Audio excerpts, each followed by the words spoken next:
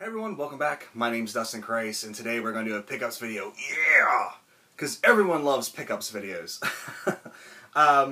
Picked up a lot of stuff here.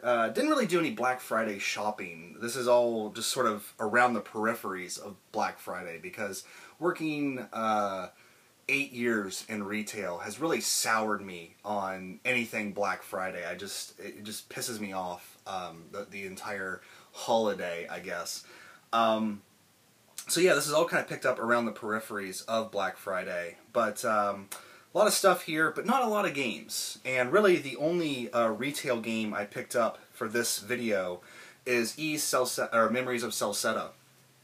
And beautiful box set, of course, by Xseed, and I've really been enjoying this game. Kind of been taking my time with it, because I realized that it's going to be a while before we get another Ys game. So I'm really kind of just sitting back, enjoying it. I've already done my top games of 2013, so I don't have that pressure on me, you know. So instead of, you know, rush to get through it, just really kind of sitting back and taking my time with it and really enjoying it.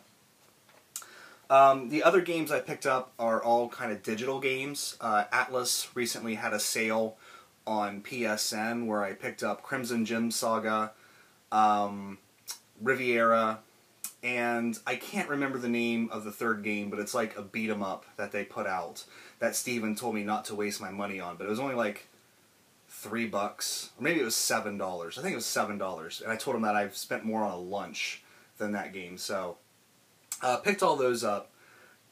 Can't remember the name of that last game, though, because I kind of just bought it on a whim, because I was like, oh, you know, it looks interesting, I'll pick it up. But they're all PSP titles that Atlas had marked down on PSN. So got those on my Vita. And then I downloaded the English patch for Ys 5. And I think once I get done with Celceta, depending on whether I'm burned out on Ys or not, I might start up Ys 5, or I might move to Suikoden 3. I've been kind of wanting to play some retro games, because I've been doing nothing but like 2013 releases to get ready for the big top 2013 video, and I feel like I need to get playing some of these old games behind me. So those are the only games I picked up. Everything else has been sort of to facilitate my other interests. And we'll go ahead and go right into the books. And I recently watched the documentary on J.D. Salinger, and been kind of filling the holes in my collection. I always had Catcher in the Rye and 9 Stories, but I never got around to buying Fanny and Zooey until the last pickups video. And then for this pickups video, I picked up Raise High the Roof Beam Carpenters and Seymour Introduction. That's, for some reason, that's really, it's always been hard for me to say that title. But this is another sort of collection of, I think it's just 2 short stories, kind of like Franny and Zooey. You know, further exploiting the adventures of the Glass family. So, had to get that. And I think we're getting ready to start to see the deluge of all the stuff that Salinger has been working on over the last, I don't know, what, 50 years? So hopefully all that stuff is really good as well. On the recommendation of my good buddy Mike from Aerodynamish, he told me, well actually I saw this online and I was kind of talking about it. He's like, pick it up, it's awesome. So I picked up the Wes Anderson collection, and this is an interview between Matt Zollner's sites and Wes Anderson on all of his movies from Bottle Rocket to Moonrise Kingdom, and it's kind of a hard thing to show. But limited space here. It kind of has all these, you know, production photos and sort of behind the scenes stuff about the inspiration of the movies. And I love Wes Anderson films, so this was a must-buy, and I just finished reading it last night and absolutely loved it, so thank you for that, suggesting that to me, Arrow.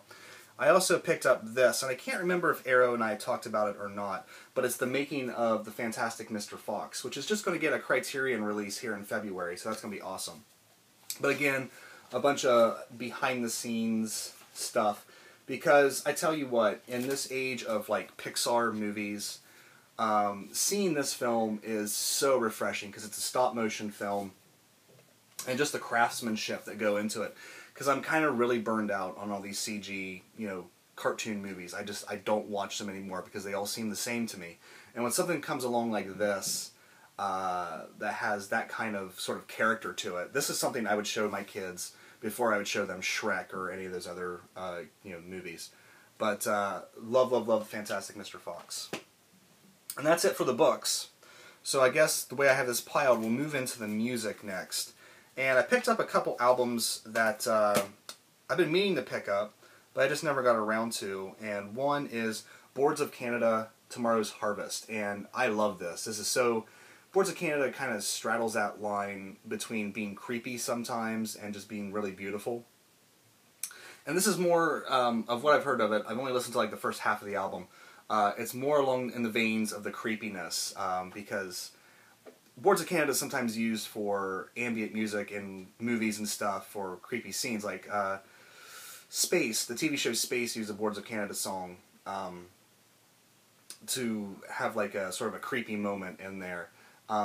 If you're familiar with the internet webcomic Salad Fingers, it uses a Boards of Canada song in the background for a creepy effect. So it's really, really awesome album if you're into that kind of stuff. I definitely suggest kind of going online and listening to it first because Boards of Canada is one of those bands that kind of hits you or it doesn't. So, but I really love Boards of Canada. Picked this up and I haven't even unwrapped it yet because I just haven't got around to listening to it. And that is Travis's new album, Where You Stand. And Travis is one of those bands that I loved back in the day, and I kind of fell out of love with them. I think the last album I bought,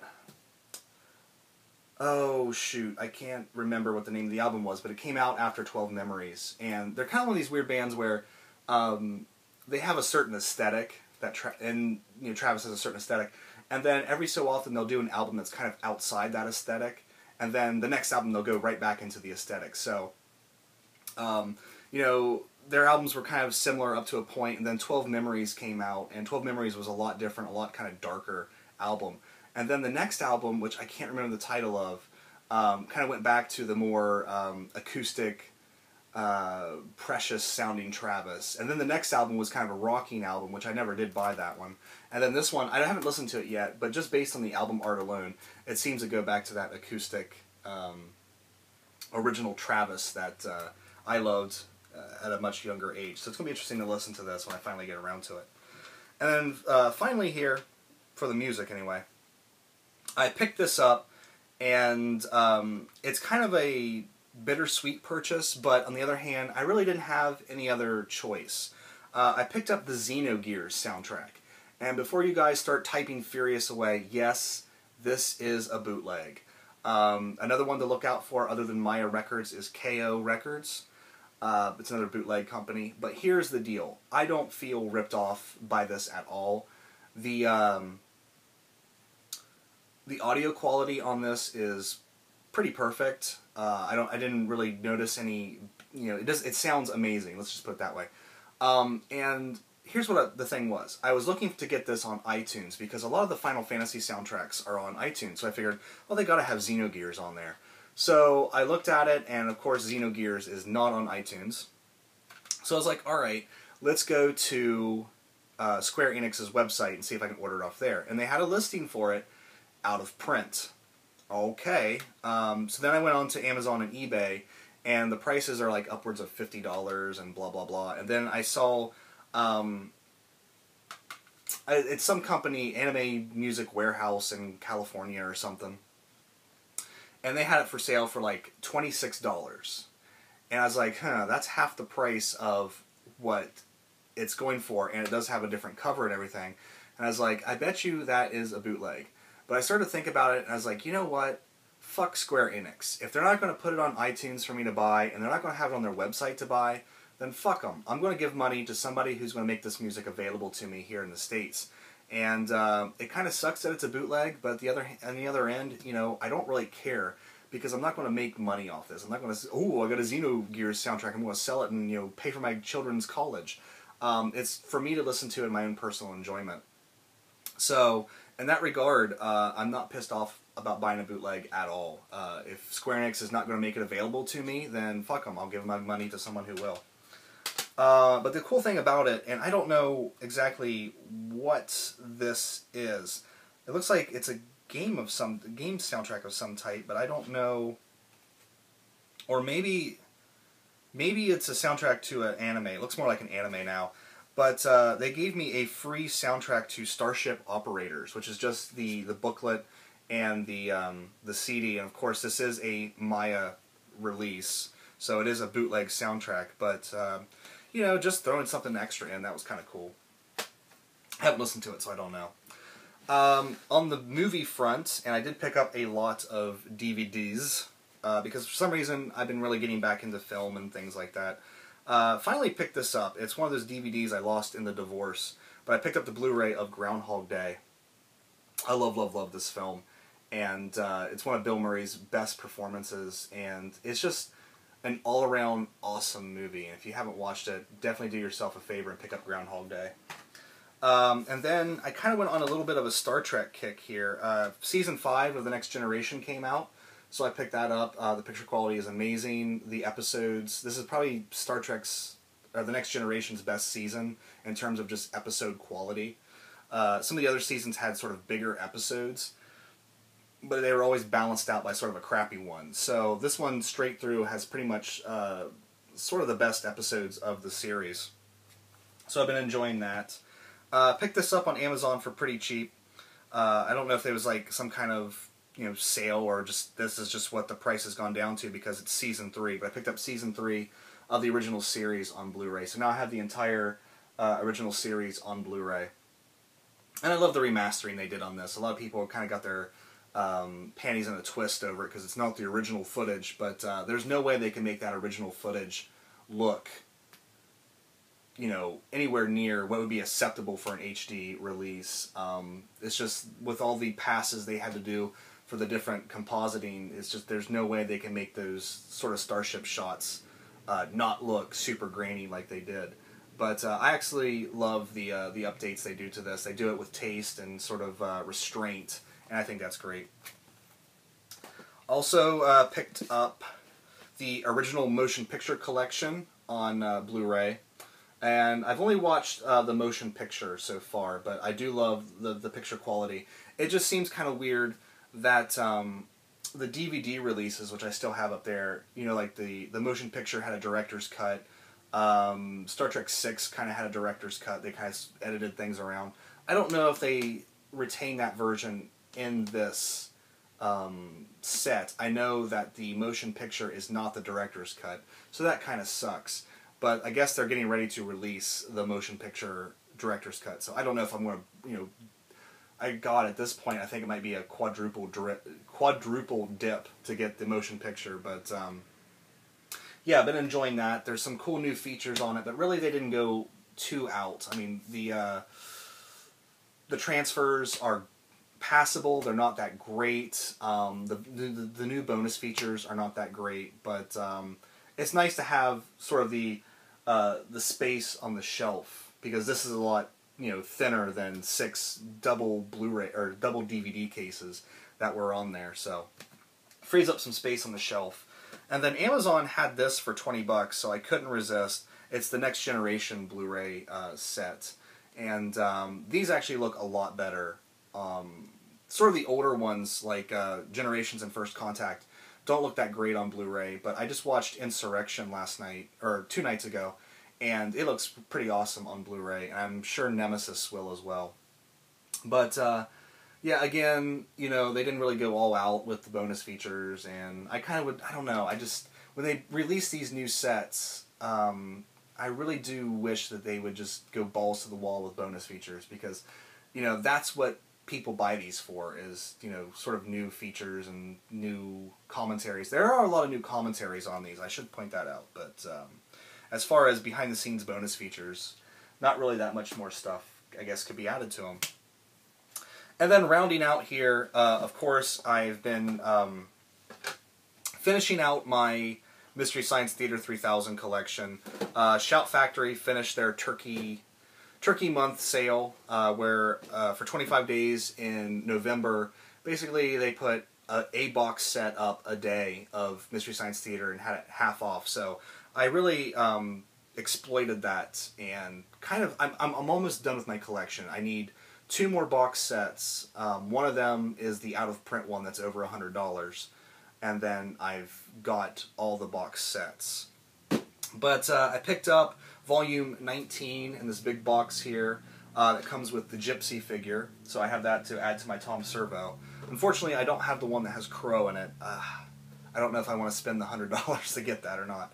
But this one actually includes the episodes Robot Monster, Bride of the Monster, which is a Ed Wood film, Devil Doll, and Devil Fish. And as far as the bonus features, there's really nothing on here that's too crazy. But oh, I guess there is a new featurette on the Bride of the Monster, which they talk about Ed Wood and his making of films and stuff. So that's kind of cool. I also picked up in that sale volume 18, which has Lost Continent, Crash of the Moons, Beast of Yucca Flats, and Jack Frost. And yeah, no real big bonus features on that one to speak of. This one, however, is really awesome. I picked up the single disc special edition of Manos: The Hands of Fate, and this has a lot of great bonus features, both about the episode itself and the movie. And you get 2 discs of, one is the Mystery Science Theater episode, and then the other one is just the movie itself. So if you just want to take in Manos on its own, this is a great way to do that. But speaking of Manos, I guess they actually found a 16mm work print of the film in perfect condition. So they're trying to restore that, you know, to make a Blu-ray release of Manos, which would just be insane. So if you're into like really crappy movies, be on the lookout for the Blu-ray edition of Manos coming out sometime. And then I picked up the newest box set, which is the 25th anniversary set, and it comes in this nice tin case. And this has one of the best episodes in the entire show, which is Mitchell. And I've been waiting for it. I was going to buy the single disc version from Rhino, from the old Rhino release, but when I saw that this box set was going to have Mitchell in it, then I just waited. They present it as a bonus DVD because there's 4 cases in here, which you get Moon 02, The Day the Earth Froze, The Leech Woman, which is an awesome Sci-Fi Channel era episode, and then this 3rd disc has Gorgo, which is sort of a takeoff of Godzilla, but a British takeoff of Godzilla. And then they have this bonus disc in here that has both Mitchell and The Brain That Wouldn't Die, which is the transition from Joel to Mike. So you get both of the transition episodes in one set, which is awesome. And so basically you're getting 6... No. You're getting 5. No. You're getting 6. Oh, math is hard. You're getting 6 episodes for basically the same price as a normal box set. So this is a great set to get if you're looking to get into Mystery Science Theater 3000. And then finally, I did pick up one of the old box sets that I need to finish out my collection, Volume 11, which has Ring of Terror, Indestructible Man, Tormented, and Horrors of Spider Island. So beyond that, I got 2 more of these old Rhino releases to get.